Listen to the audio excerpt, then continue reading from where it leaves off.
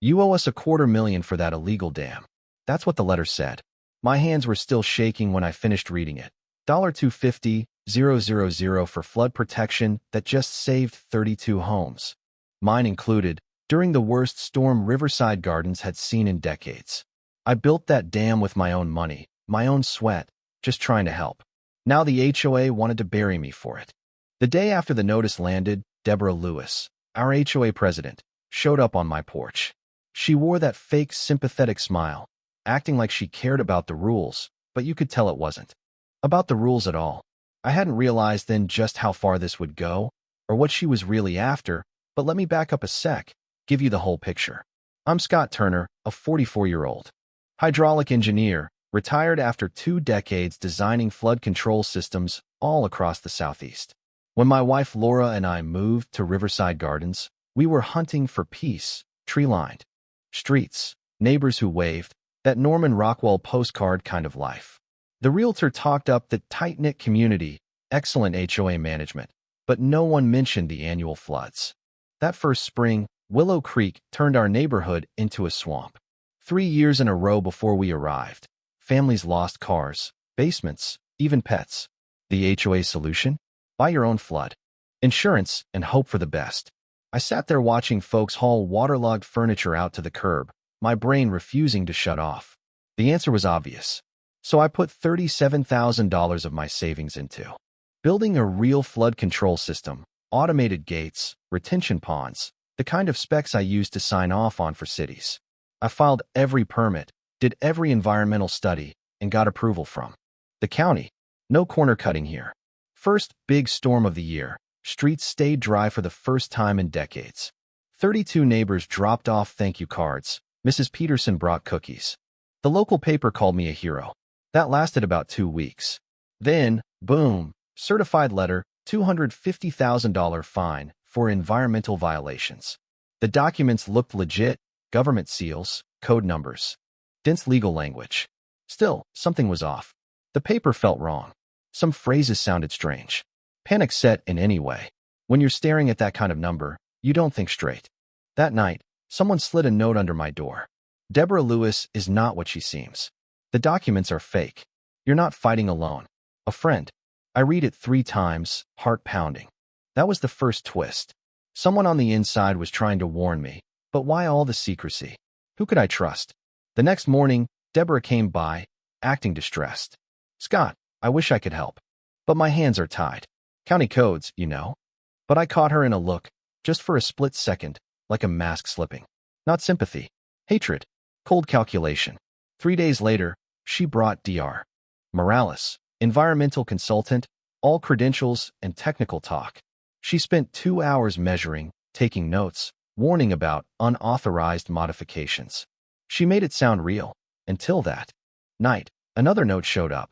Dr. Elena Morales is a fake. Identity theft is a federal crime. Your friend. I went digging and sure enough, the real Dr. Morales was a scientist at Oregon State. Never set foot in our state. HOA enforcement by identity theft? This was bigger than neighborhood politics. This was organized fraud. Laura noticed a dark sedan parked across from our house. Same plate every time, a silhouette inside with binoculars pointed our way. More notes. Deborah is watching you. Document everything. Surveillance is proof of harassment. She's planning her next move. So we did. Times, plates, faces, everything. One morning, the HOA secretary, Anna Mitchell, showed up, jittery, clutching a folder. What Deborah's doing is wrong, she whispered. She voted herself emergency authority, totally against our bylaws. She slipped me copies of board minutes showing Deborah pushing through spending, hiring consultants, authorizing legal threats. Without anyone's approval. But something about Anna was off. She was too plugged in, her access too deep for a scared secretary. Still, her intel matched every note I'd gotten. Another anonymous. Warning, not everyone who helps is your friend. Watch Anna. Some helpers have agendas. Paranoia set in. Who was playing who? Inspector Walsh from the county arrived next. His first visit. He was polite, even sympathetic. Your paperwork looks good, he admitted. But I'm getting pressure from HOA leadership. 3 days later, he came back a different man, aggressive. demanding I remove the dam within 72 hours or face $500,000 in fines. Then, more evidence slipped under my door. Bank records, monthly payments to Walsh from a shell company tied to Deborah's network. The guy was being paid off.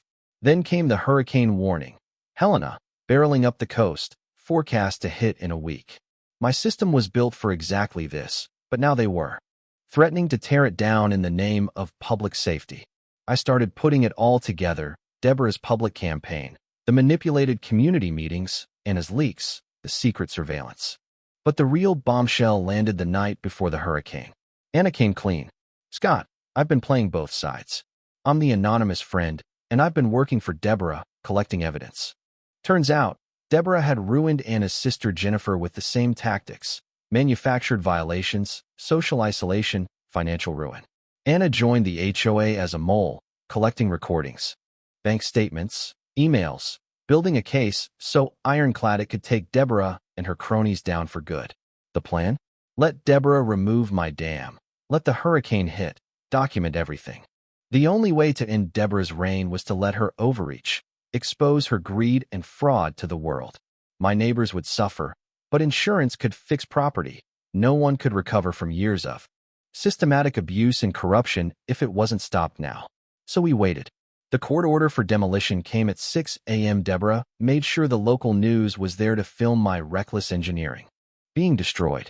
She gave her speech, played the hero, never realizing every word was being recorded as evidence.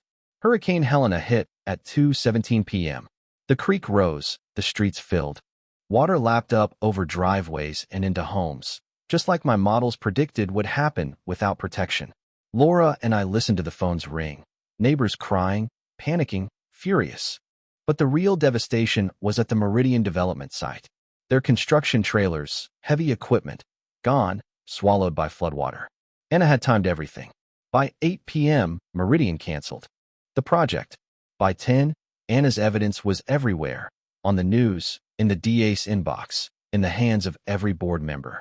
Deborah's mask fell apart in public, screaming at the emergency HOA meeting as neighbors voted her out, called for her arrest, and lined up to sue for damages. Inspector Walsh confessed, facing federal charges. Anna was elected president. My dam, now county approved, was rebuilt, better than ever, and I was hired to design systems for 12 more neighborhoods. Sometimes, the only way to end a tyrant's reign is patience. Let them believe they've won. Let them document their own crimes, then drop the hammer when they least expect it. Anna's strategy was cold, maybe even ruthless, but she understood something most folks don't. True justice takes time, and sometimes you have to let evil dig its own grave. So, would you have let your neighbors suffer to stop a predator like Deborah for good? Drop a comment below. Where do you draw the line between revenge and justice? And if you've got your own neighborhood horror story, I'm listening. Sometimes, the best revenge is just letting the truth flood in.